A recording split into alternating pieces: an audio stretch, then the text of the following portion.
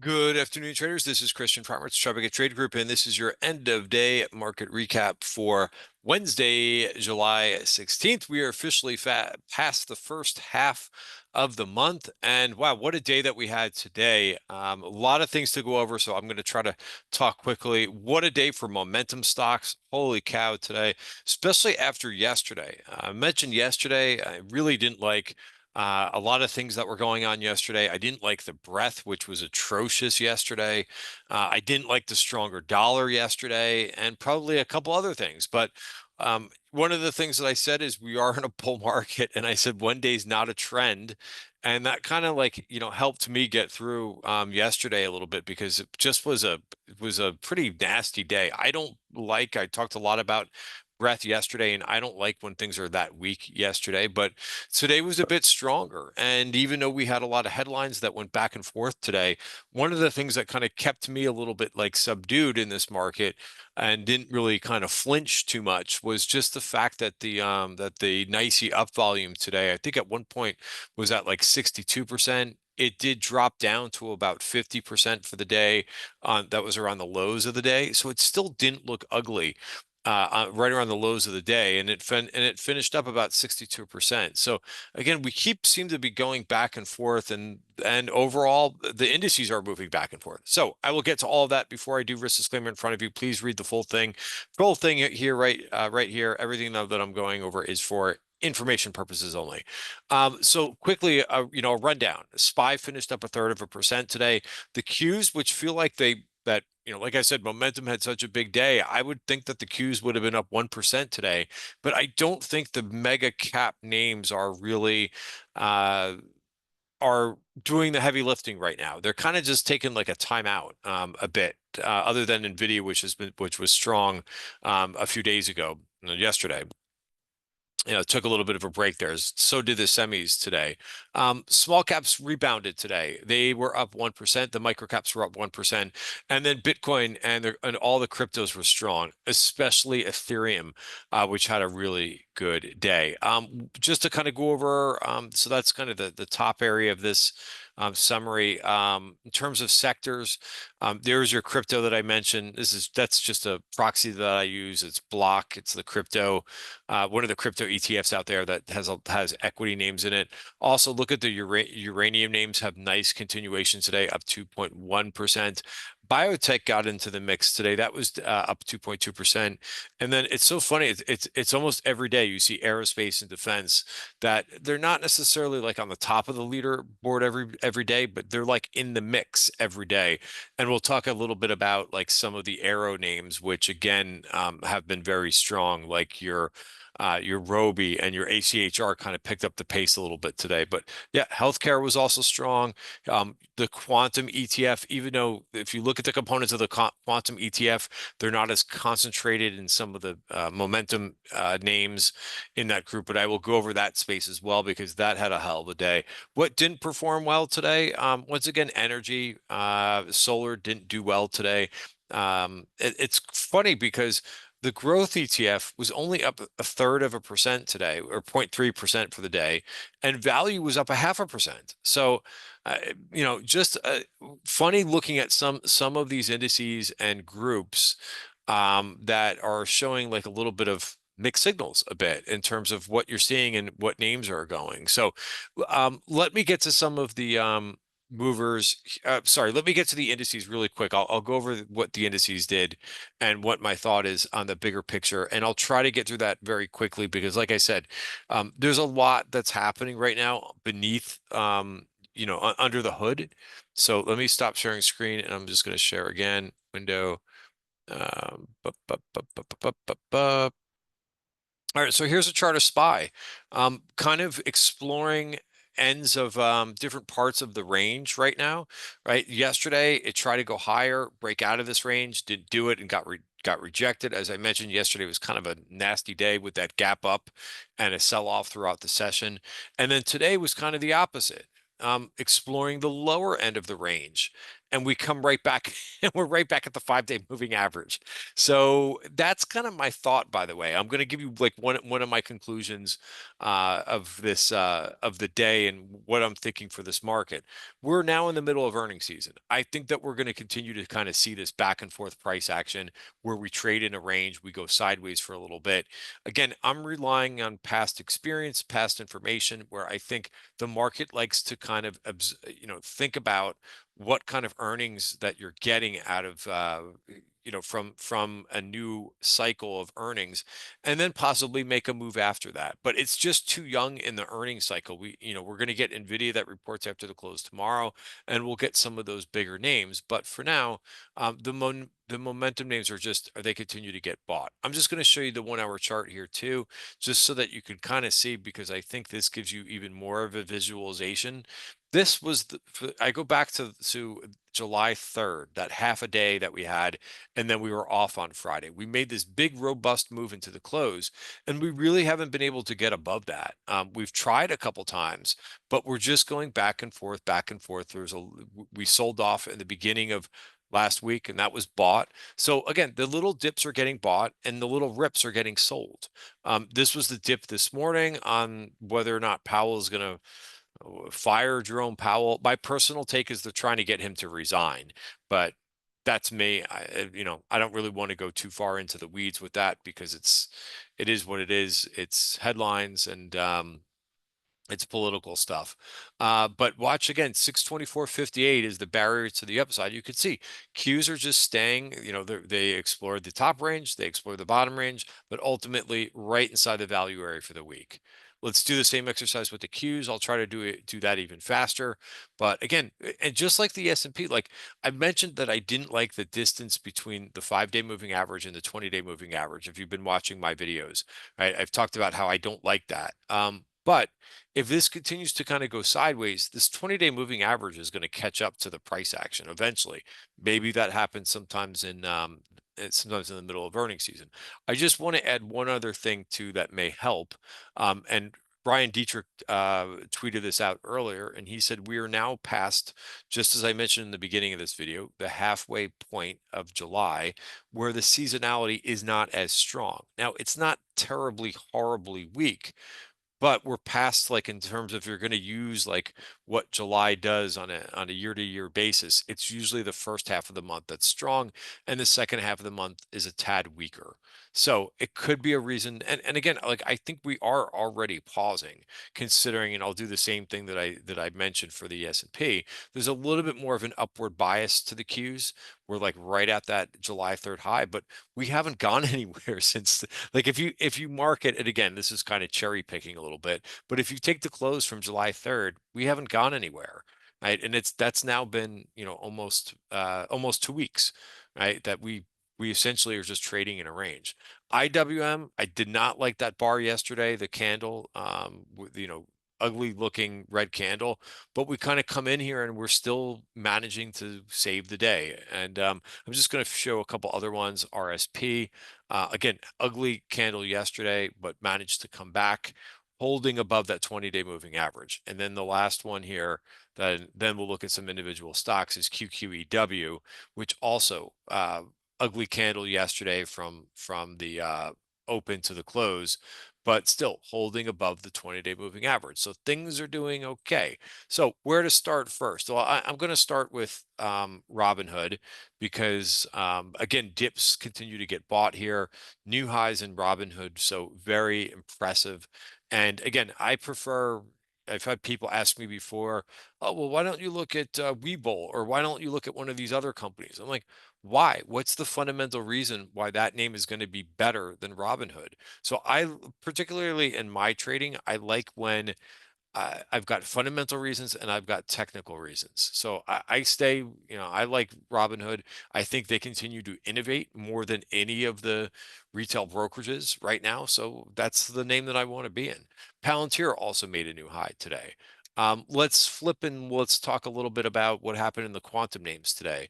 And this is just the way that this market has been going, is that you'll see names rest a little bit, and certain areas of the market, like quantum, like nuclear, like drones, like aerospace companies, and crypto as well. You'll see these areas kind of chill out for a little bit, go sideways, kind of back and fill a little bit into support, like RGTI did. And I was tweeting about this name last week, and it just kind of held. It just kind of chilled out a little bit, and then they come out with an announcement, and they're off to the races.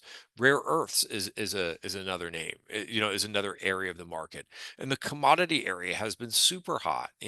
I've traded palladium, I've traded copper names, I've traded some of the rare earth names, I've traded the nuclear names, and these are all kind of involved in some way or some other like infrastructure or um, commodity related, right? In terms of, and it kind of roots back to some of which of AI. Like these are areas that do get affected by AI as well as tech. But that's a heck of a move by RGTI. And some of these other names look pretty good too. I like this ARQQ, which had a nice day today. This was up 14% today. So again, when you look at the indices and see them up just fractionally, it's just not capturing what's going on in some of these names. And why do I mention this? Sometimes I see people stuck trading the indices. This is not a market right now to be trading the indices. When you want to be trading like the Qs or SPY, that's when the VIX is like a 30.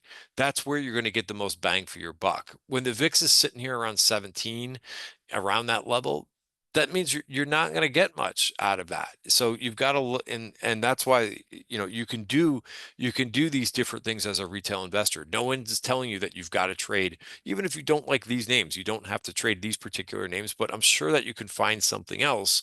But right now, it's really not the indices to be trying to be looking for a lot of alpha in this market. All right, just to kind of go through this group a little bit, QUBT does not look bad.